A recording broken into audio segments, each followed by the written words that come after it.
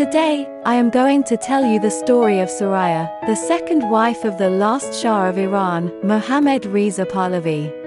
Her life was very similar to that of Empress Josephine of France. Despite being the king's favorite wife, she had to divorce the king because she could not bear an heir. Soraya was born in 1932. Her family name was Isfandiri Bakhtiari and her father was a local tribal noble in Iran with lands and farms, and also the Iranian ambassador to West Germany in the 1950s. He met Soraya's mother, a German woman named Eva Karl, while traveling in Germany in the mid-1920s. After their marriage in 1926, they moved back to live in Isfahan, Iran. The newlyweds lived in a house with a fruit orchard in the German community in Isfahan, living a comfortable and peaceful life. After they got married, they had 2 children, a daughter Soraya and a son Bijan.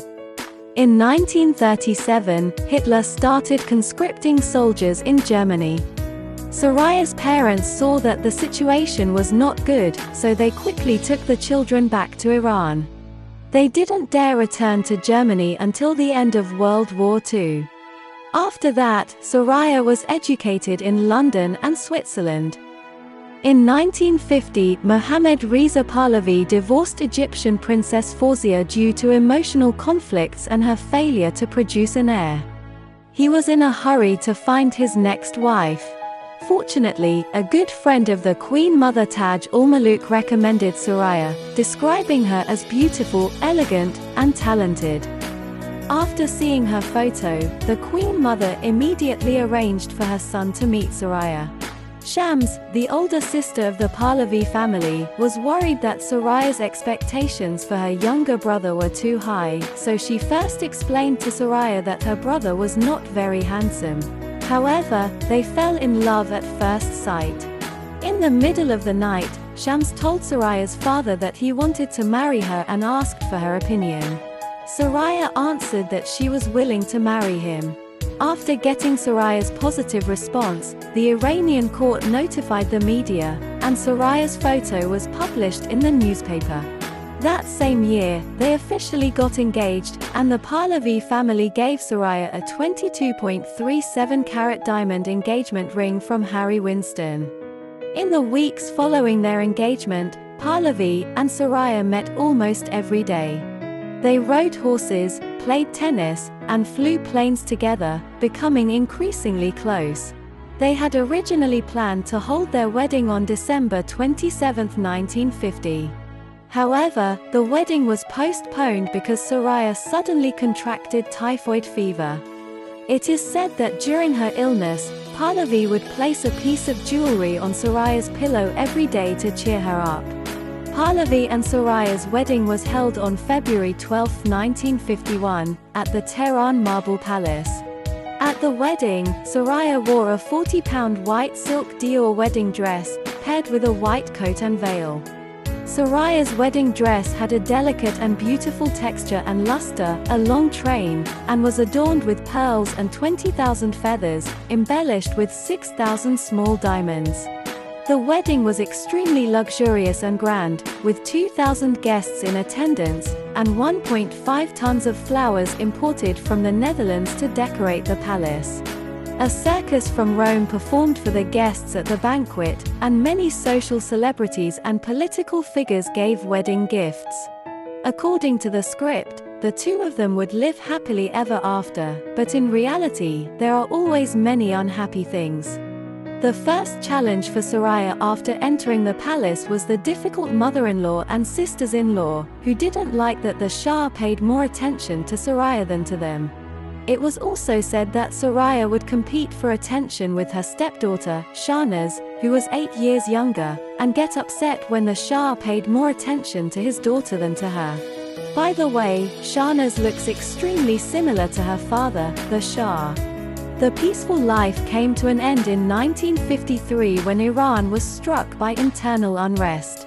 Pahlavi and Soraya fled to a hotel in Rome, and it was not until the intervention of the United States and Britain that the unrest was suppressed.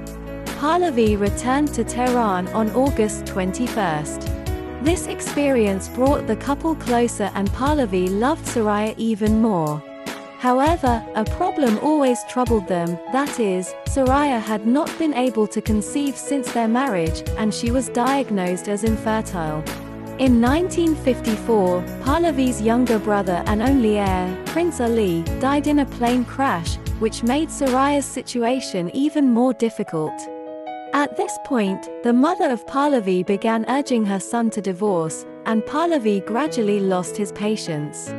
He and Soraya issued an ultimatum, saying that she should go to Europe for a while, firstly because the climate and environment are good there, and secondly, because the medical treatment there is more advanced and may be able to cure her infertility. On March 21, 1958, the Iranian New Year, the Shah announced his official divorce from Soraya. Soraya later told reporters in an interview that her husband had no choice but to divorce her.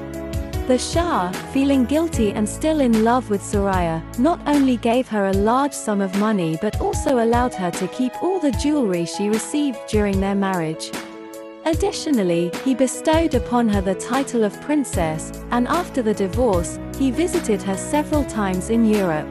After the divorce, Soraya became a wealthy, beautiful, and prominent figure, and was pursued by the paparazzi. She later starred in several films, and fell in love with an Italian director, Franco Indanova, during the filming of one of them. They became engaged in 1972, but just before their wedding, the director died in a plane crash, which caused Soraya to suffer from depression. In 1979, the Pahlavi dynasty was overthrown.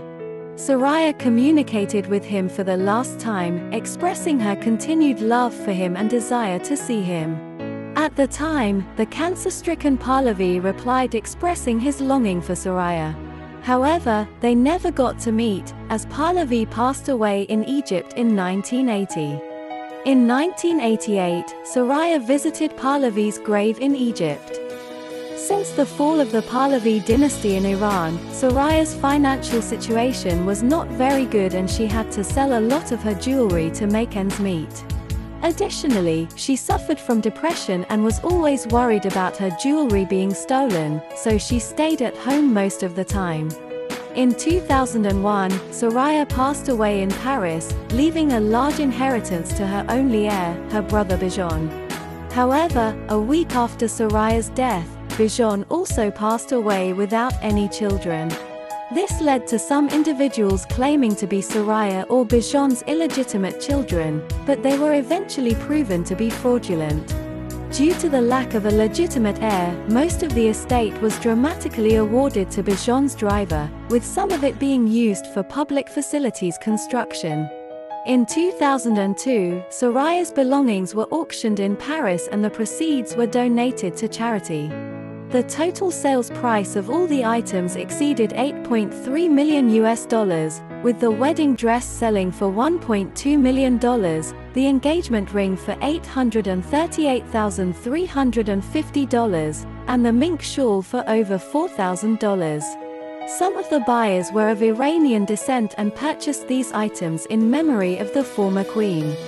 Soraya's legendary story and tumultuous life are deeply moving, as illustrated by a French composer who wrote a touching song about her life called "I Want to Cry Like Soraya" when she divorced.